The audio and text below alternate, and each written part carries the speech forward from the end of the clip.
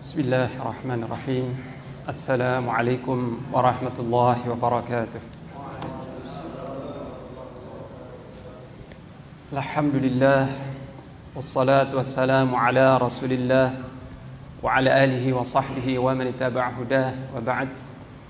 Ikhwati fillah, alhamdulillah yang telah mengumpulkan kita semua dalam keadaan sehat walafiat.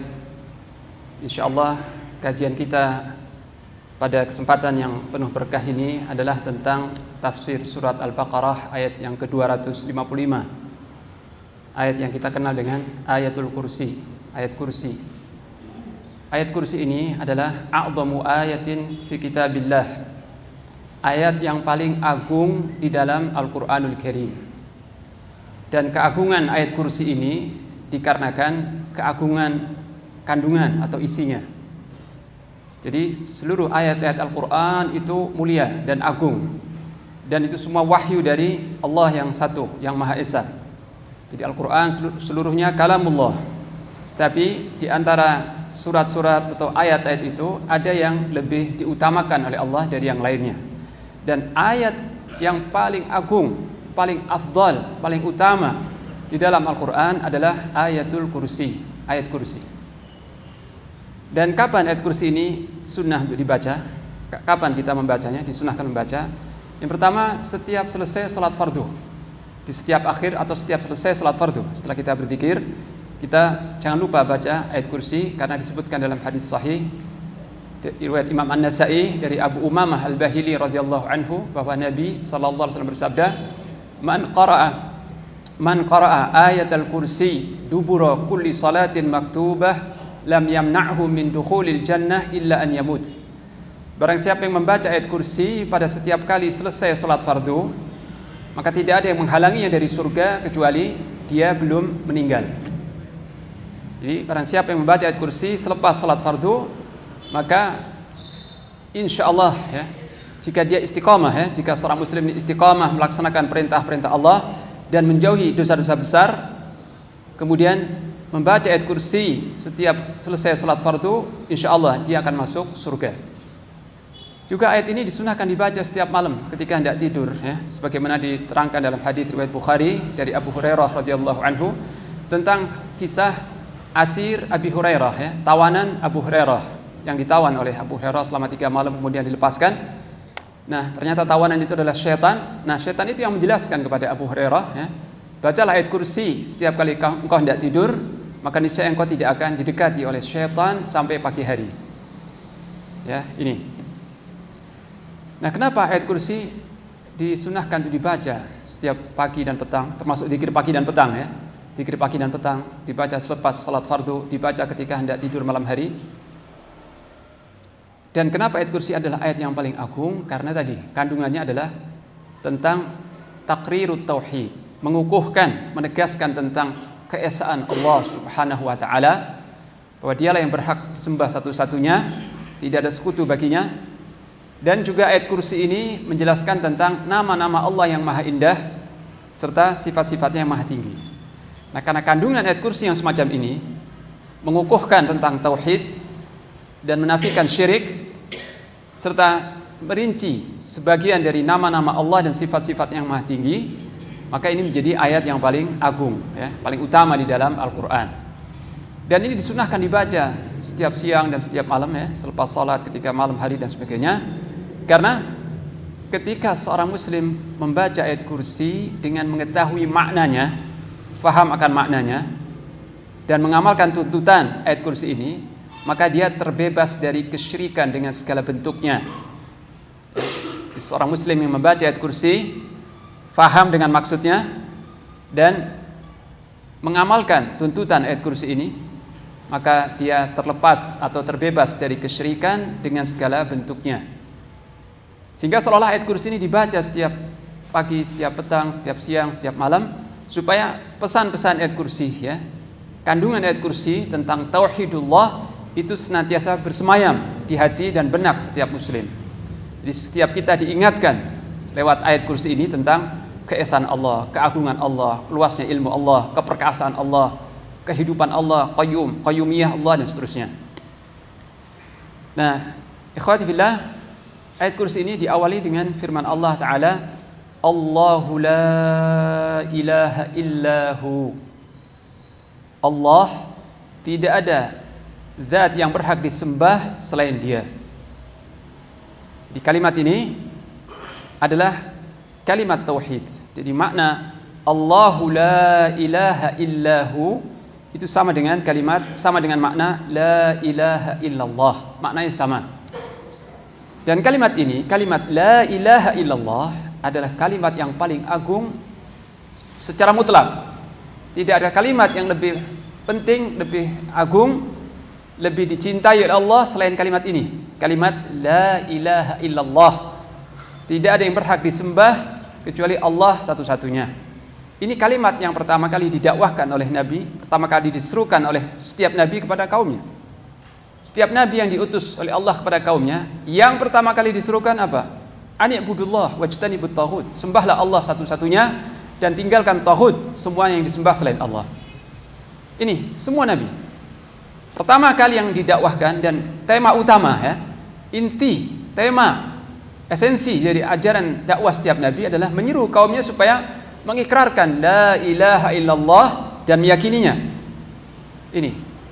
Dan ini kalimat yang paling agung. Barang siapa yang mengucapkannya dengan ikhlas karena Allah dan mengamalkan tuntutannya, dijamin surga. Dan barang siapa yang kalimat terakhirnya ketika hendak berpisah dari dunia, la ilaha illallah, dia akan masuk surga. Ini kalimat yang agung, yang semua Nabi dan Rasul diutus oleh Allah untuk menyampaikan ini, untuk menyerukan ini. Dan seluruh kitab suci, Taurat, Injil, Zabur, Al-Quran, diturunkan oleh Allah untuk menegaskan hal ini, untuk menegakkan kalimat ini, kalimat la ilaha illallah. Nah, karena ayat kursi ini mengandung penegasan tentang kalimat tauhid dan bukti-bukti tauhid, maka ini menjadi ayat yang paling agung di dalam Al-Quran, ya.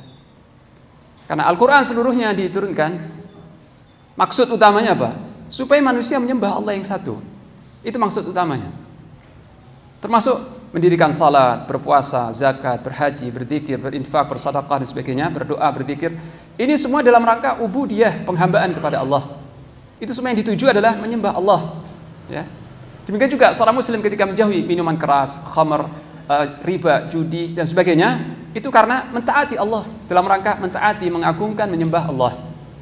Jadi seorang muslim melaksanakan semua perintah Allah yang wajib ataupun yang sunnah, dan meninggalkan semua larangan yang haram, itu dalam rangka membuktikan atau mewujudkan penghambaannya kepada Allah. Ya, ini. Allah berfirman dalam surat Hud tentang maksud utama diturunkannya Al-Quran. Di ayat yang pertama, surat Hud ayat yang pertama. Alif Lam Ra, kitabun uhkimat ayatuhu thumma fussilat min ladun hakimin khabir. Alif Lam Ra. Inilah kitab yang dikukuhkan oleh Allah ayat-ayatnya, yang ayat-ayatnya diturunkan dengan kokoh, disusun dengan rapi, dengan kokoh, kemudian dirinci isi dan syariat di dalamnya, dirinci kandungannya. Dari zat yang maha bijaksana lagi maha mengetahui. Inilah kitab yang disusun dengan rapi ayat-ayatnya, setelah itu dirinci kandungannya, yang diturunkan dari zat yang maha bijaksana lagi maha mengetahui. Untuk apa? Untuk apa? Alla ta'budu illallah, agar kalian tidak menyembah kecuali kepada Allah. Jadi Al-Quran diturunkan dari zat yang maha mengetahui, yang ayat-ayat yang disusun rapi dan kemudian dirinci. Alla ta'budu illallah, agar kalian tidak beribadah, tidak menyembah kecuali kepada Allah semata. Jadi Al-Quran diturunkan maksud utamanya untuk ini, ya. Dan ayat Al-Kursi ini menegaskan hal ini. Allahu la ilaha illahu. Allah, tidak ada yang berhak disembah selain Dia. Satu-satu yang berhak disembah. Kemudian kalimat-kalimat yang berikutnya ini menjelaskan tentang bukti-bukti tauhid atau hujjah-hujjah, alasan-alasan kenapa Allah yang berhak disembah dan tidak ada selain Allah yang berhak disembah. Kenapa? Alasannya, dalil-dalilnya, bukti-buktinya adalah yang pertama, Al-Hayyul Qayyum. Ini bukti yang pertama. Dialah yang maha hidup, lagi maha mengatur seluruh makhluknya. Karena dialah yang Al-Hayy, yang maha hidup, dengan kehidupan yang sempurna, yang tidak diawali dengan ketiadaan, dan tidak diakhiri dengan ketiadaan. Jadi kehidupan Allah ini sempurna. Huwal awwal, dialah yang maha pertama. Allahumma antal awwal laisa qablaka syai' wa antal akhir laisa ba'daka syai'. Dialah Allah yang maha pertama, yang tidak ada sesuatu sebelum Allah. Dia maha ada, telah hidup sebelum ada yang lainnya. Dan dia akan tetap hidup selama-lamanya. Kullu syai'in halikun illa wajhah.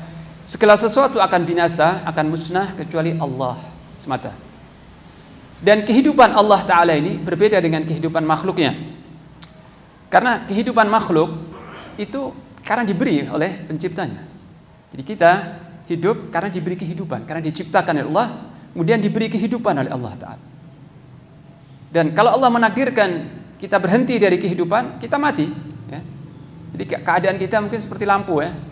Lampu ini menyala karena disuplai dengan energi listrik, karena terus-menerus dialiri listrik. Begitu aliran listrik yang dihentikan, mati. Jadi sangat bergantung kepada energi listrik.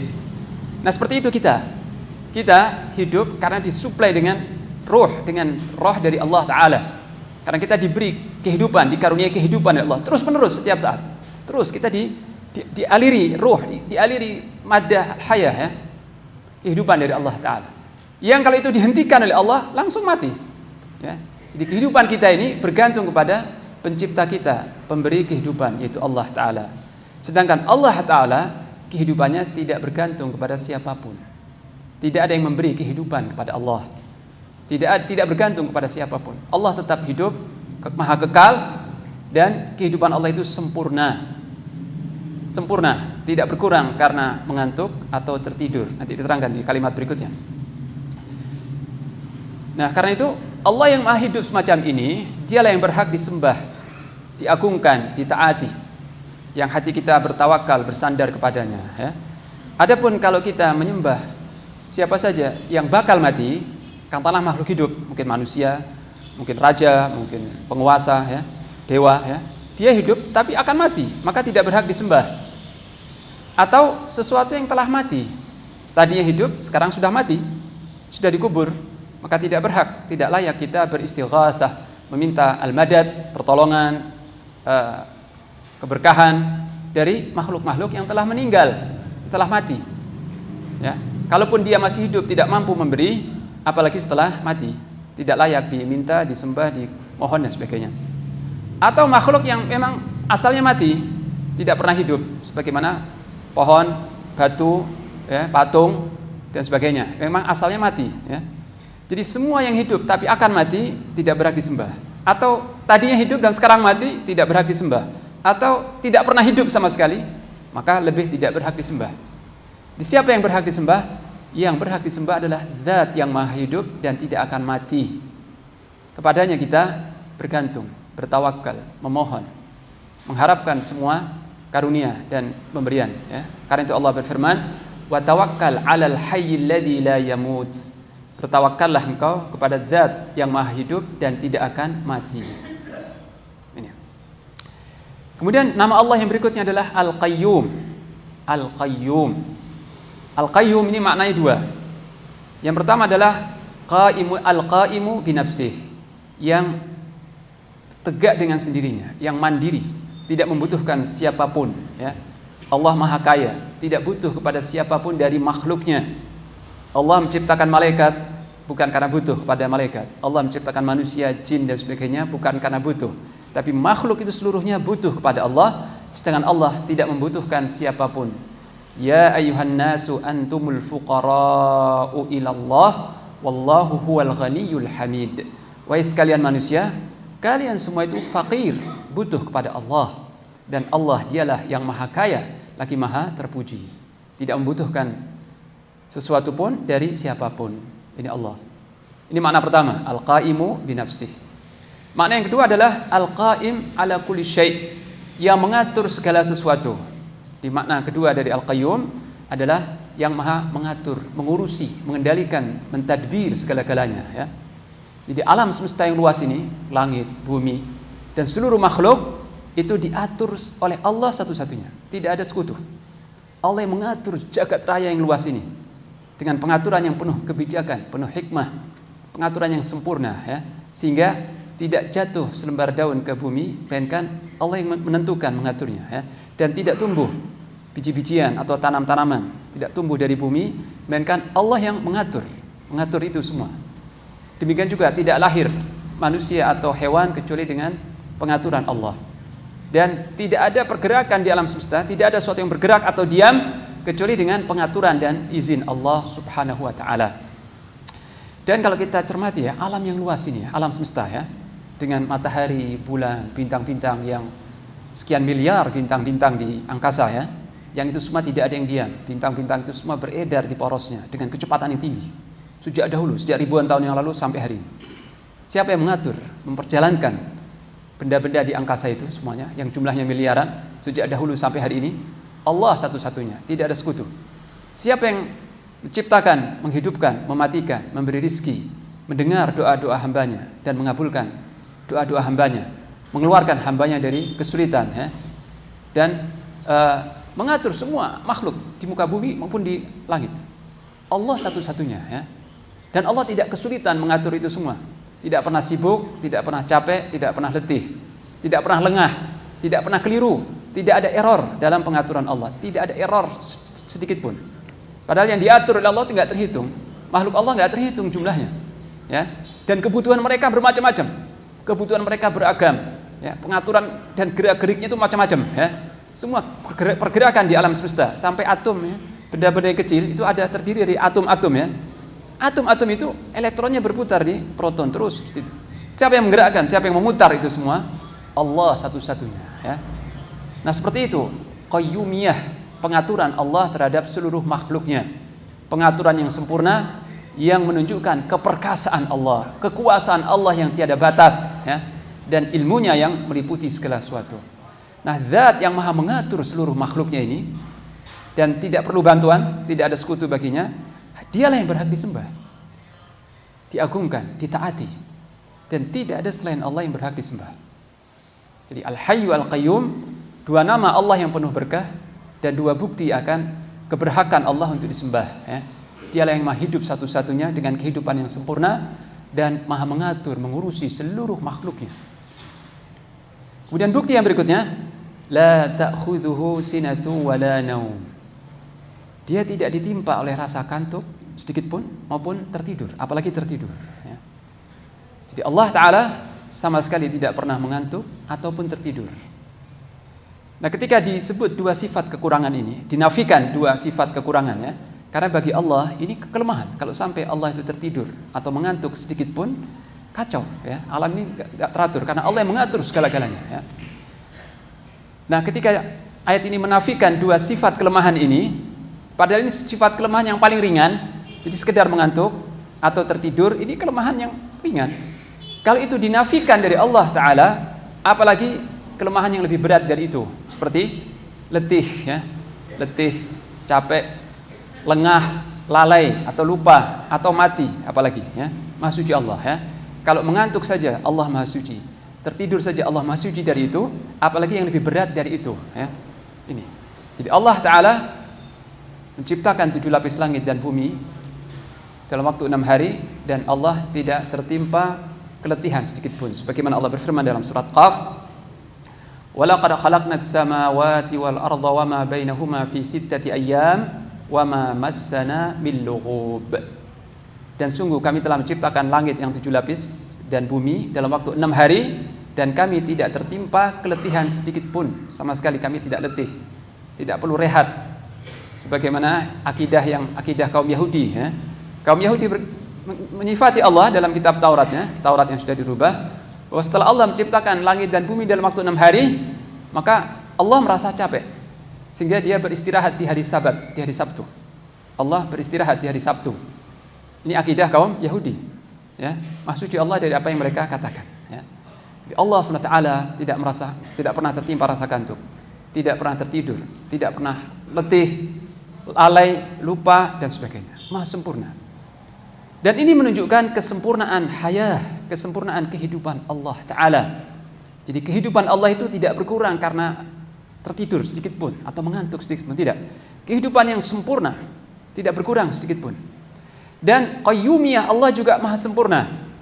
Qayyumiyah, ini pengaturan tadi ya. Allah yang mengatur jagat raya ini demikian sempurna ya, sangat akurat, sangat sempurna dan terus non-stop, terus menerus. Tidak pernah Allah lengah barang sedetik pun dari pengaturan, dari mengatur makhluknya yang di alam semesta ini. Ini, la ta'khudhuhu sinatu wa la naum. Dia Allah Maha suci dari mengantuk atau tertidur. Dan ini menunjukkan kesempurnaan Al-Hayyu dan Al-Qayyumnya ya. Allah Al-Hayy, Maha hidup dan Maha mengatur. Dan itu Maha sempurna sehingga tidak berkurang karena rasa kantuk atau tertidur sedikitpun. Ini. Kemudian bukti yang berikutnya adalah lahu ma fis samawati wa ma fil ard. Hanya baginya ya. Jadi kalau dalam suatu kalimat bahasa Arab itu didahulukan khabarnya ya, lahu ya. Para ulama balaghah berkata ini menunjukkan hasr, pembatasan ya. Jadi arti lahu ma fis samawati wa ma fil ard, arti yang benar adalah hanya baginya. Hanya baginya lah semua yang di langit dan di bumi. Semua yang di langit dan semua yang di bumi itu milik Allah dengan kepemilikan yang mandiri ya, mulkun istiqlali. Kepemilikan yang tidak bergantung kepada pihak lain. Berbeda dengan kita, makhluknya, kita memiliki sesuatu, memiliki ini, memiliki itu karena diberi oleh Allah. Asalnya kita tidak punya sesuatu. Kita tidak memiliki sesuatu, tapi Allah memberi. Dan itu pun sementara waktu, pemberian yang sifatnya sementara. Atau lebih tepat kita katakan titipan. Semua yang kita miliki titipan dari Allah Ta'ala. Allah berikan kepada kita dan suatu waktu akan berpisah dari kita. Jadi semua yang kita miliki nanti akan berpisah ya. Semua yang kita miliki itu nanti kesudahannya salah satu dari dua. Kita meninggalkannya atau dia meninggalkan kita ya. Di semua yang kita miliki, suatu ketika nanti kita meninggalkan semuanya menjadi milik ahli waris, atau ketika kita masih hidup dia meninggalkan kita ya. Mungkin hilang, mungkin habis, mungkin macam-macam ya. Jadi semua yang kita miliki sementara sifatnya. Dan itu karena diberi oleh Allah Ta'ala. Sedangkan kepemilikan Allah itu bersifat mutlak, tidak karena diberi oleh sesuatu ya. Dan kepemilikan Allah ini mencakup semuanya. Tidak ada sesuatu yang di luar milik Allah Ta'ala. Jadi semua yang di langit dan di bumi milik Allah. Semua apa saja ya. Anak, istri, harta, kesehatan, ilmu, kedudukan, semua itu dari Allah Ta'ala.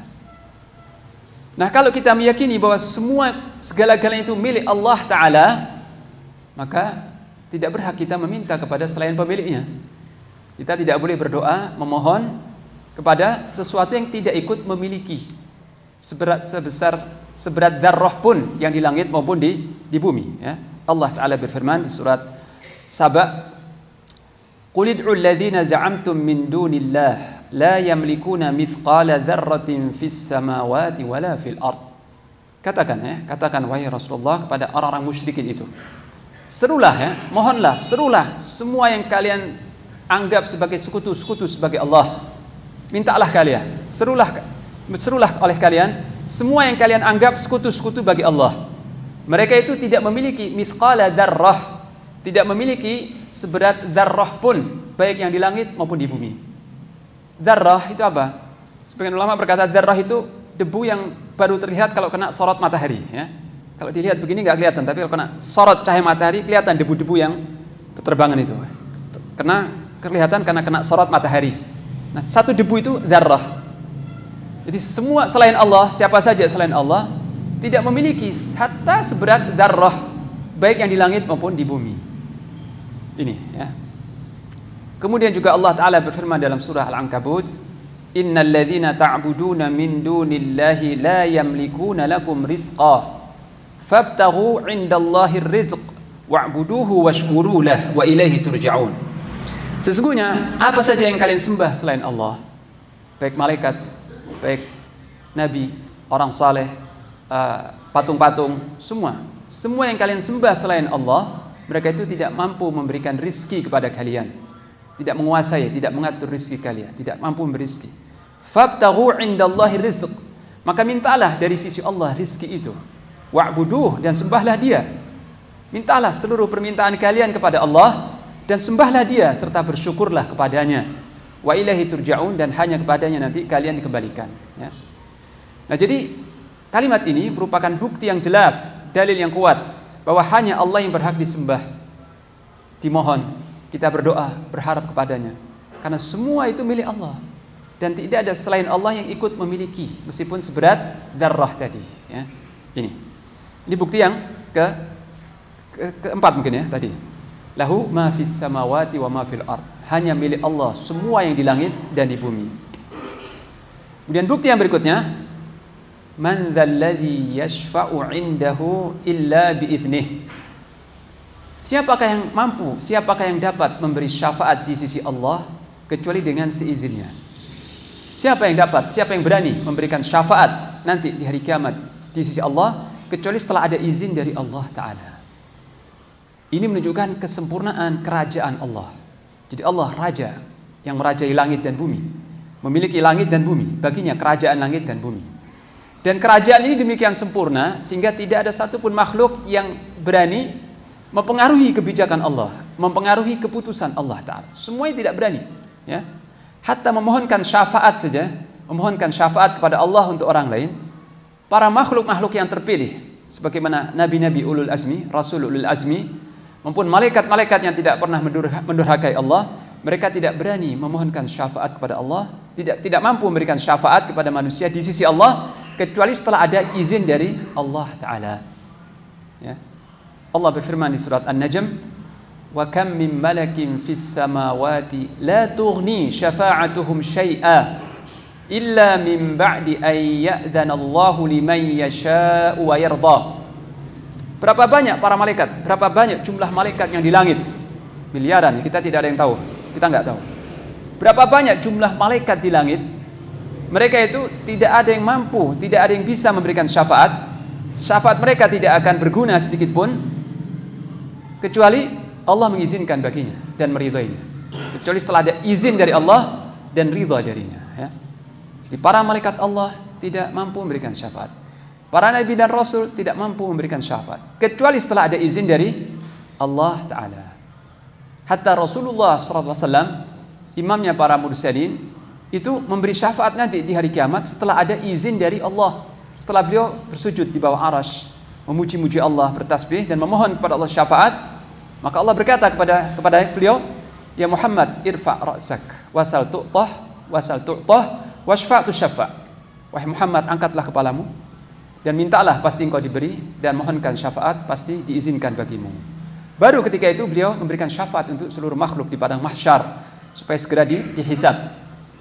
Jadi imamnya para mursalin baru memberikan syafaat setelah ada izin dari Allah Ta'ala. Dan untuk syafaat ini ada dua syaratnya, ya. Syafaat di hari kiamat itu syaratnya dua. Pertama, idznullah lisyafi' wa ridallah lil masyfu' lahu. Adanya izin dari Allah bagi pihak yang memberikan syafaat dan adanya ridha Allah kepada pihak yang diberikan syafaat. Jadi tidak ada syafaat kecuali orang yang memberinya itu, entah itu malaikat, nabi, orang saleh, syuhada, sudah dapat izin dari Allah, baru mereka memberikan syafaat. Dan yang diberikan syafaat, orang-orang yang diberikan syafaat itu pun orang-orangnya telah ditentukan dan diridhai oleh Allah. Allah meridhai orang-orang ini yang akan diberi syafaat nantinya. Itu dua syarat syafaat nanti di hari kiamat. Dan syarat yang ketiga, atau ini catatannya, bahwa Allah tidak meridhai kecuali ahlu tauhid. Allah tidak meridhai pihak yang diberi syafaat nanti kecuali orang-orang yang bertauhid, yang mengesahkan Allah Ta'ala. Oleh karena itu, Abu Hurairah radhiyallahu anhu pernah bertanya kepada Rasulullah sallallahu alaihi wasallam, "Wahai Rasulullah, siapakah orang yang paling berbahagia mendapatkan syafaatmu kelak pada hari kiamat?" Beliau menjawab, "Man qala la ilaha illallah khalisan min qalbih." Barang siapa yang mengucapkan la ilaha illallah dengan ikhlas dari hatinya, ini orang yang paling beruntung, paling berbahagia mendapatkan syafaatku di hari kiamat. Berarti orang yang musyrik tidak bakal dapat syafaat, ya, dari nabi maupun malaikat. Dan tentang ini ada sebuah kisah yang mengharukan sekali, sebuah riwayat yang betul-betul mengharukan, diriwayatkan oleh Imam Bukhari dari Abu Hurairah radhiyallahu anhu. Dia berkata bahwa Rasulullah sallallahu alaihi wasallam bersabda, nanti pada hari kiamat Nabi Ibrahim alaihissalam bertemu dengan ayahnya, itu Azar. Sedangkan pada wajah Azar itu terdapat qataratun ghabarah, diliputi oleh warna hitam, kegelapan hitam dan debu-debu, ya. Karena dia seorang musyrik. Jadi wajahnya tertutup oleh debu dan hitam suram, hitam muram. Ini. Nah, Ketika Ibrahim melihat ayahnya, Nabi Ibrahim alaihissalam melihat ayahnya, dia berkata kepada ayahnya, ya, alam aqul laka alla ta'sini? Bukankah dahulu aku berkata kepadamu, jangan kau membantahku, jangan kau mendurhakaiku. Maka Azar berkata ketika itu, al-yaum la a'sik. Pada hari ini aku tidak akan membantahmu, aku tidak akan bermaksiat kepadamu. Nah, kemudian Nabi Ibrahim merasa iba terhadap ayahnya, ayah kandungnya, ya. Ada dalam hati itu rasa kasihan dan iba. Maka dia memohonkan syafaat kepada Allah untuk ayahnya. Dia berkata, ya Rabb, innaka wa'adtani alla tukhzini yawma yub'atsun. Wahai Allah, ya Rabb, engkau telah berjanji kepadaku bahwa engkau tidak akan mempermalukan aku nanti di hari manusia dibangkitkan, yaitu di hari kiamat. Engkau telah berjanji kepadaku, aku tidak akan dipermalukan nanti di hari kiamat. Wa ayyu khizyin akhza min abil ab'ad. Dan rasa hina, rasa aib, apakah yang lebih berat daripada ayahku sendiri yang celaka atau akan binasa nantinya? Tidak ada rasa malu atau aib yang lebih parah selain aku melihat ayahku celaka atau binasa. Maka Allah menjawab, inni haramtul jannah 'alal kafirin. Sesungguhnya aku mengharamkan surga bagi orang-orang yang kafir. Aku mengharamkan surga bagi orang-orang yang kafir. Kemudian dikatakan kepada Nabi Ibrahim, walakin ya Ibrahim, undur tahta rijlaik. Wahai Ibrahim, lihatlah di bawah kedua kakimu. Maka tiba-tiba Nabi Ibrahim alaihissalam melihat di bawah kedua kakinya itu seekor anjing hutan jantan yang berlumuran darah, ya. Seekor anjing hutan berlumuran darah. Jadi ayahnya itu dirubah oleh Allah seketika menjadi anjing hutan. Kemudian kaki-kaki anjing itu dipegang oleh malaikat dan dicampakkan ke dalam neraka, dilemparkan ke dalam neraka jahanam. Ini hadis riwayat Bukhari, ya. Dan lihat, siapakah Nabi Ibrahim alaihissalam? Khalilullah, kekasih Allah. Nabi yang sangat dekat makamnya di sisi Allah. Khalilullah, kekasih Allah, dan imamul hunafa, imamnya orang-orang yang lurus. Inni ja'iluka lin-nasi imama. Aku menjadikan engkau sebagai imam bagi seluruh umat manusia. Nabi Ibrahim alaihissalam yang kedudukannya seperti itu pun ditolak syafaatnya untuk ayah kandungnya karena ayahnya musyrik, ya. Nah, apa hikmahnya? Ayahnya dirubah menjadi seekor anjing hutan supaya Nabi Ibrahim tidak dipermalukan. Jadi Allah menepati janjinya bahwa Nabi Ibrahim alaihissalam tidak dipermalukan di hari kiamat. Sehingga ayahnya itu dirubah fisiknya menjadi seekor anjing hutan dan berlumuran darah, sehingga tidak ada seorang pun yang mengenali bahwa itu adalah ayah Nabi Ibrahim. Sehingga ketika dilemparkan ke dalam neraka jahanam, tidak ada penghuni neraka yang mengenali bahwa itu adalah ayah Nabi Ibrahim alaihissalam. Sehingga beliau selamat dari aib, selamat dari kehinaan. Tapi Allah tidak melanggar ketetapannya, itu surga diharamkan bagi orang-orang yang kafir. Nah, ikhwati fillah, ini sekelumit dari penjelasan ayat Al-Kursi, ayat yang paling agung di dalam Al-Quran, yang barang siapa tadi membacanya dengan memahami makna dan kandungannya, maka dia terbebas dari semua kesyirikan, ya. Nah, mungkin saya cukupkan sekian dulu pembahasan kita kali ini, ya. Wassallallahu ala nabiyyina Muhammad wa ala alihi wa sahbihi wasallam. Wassalamualaikum warahmatullahi wabarakatuh.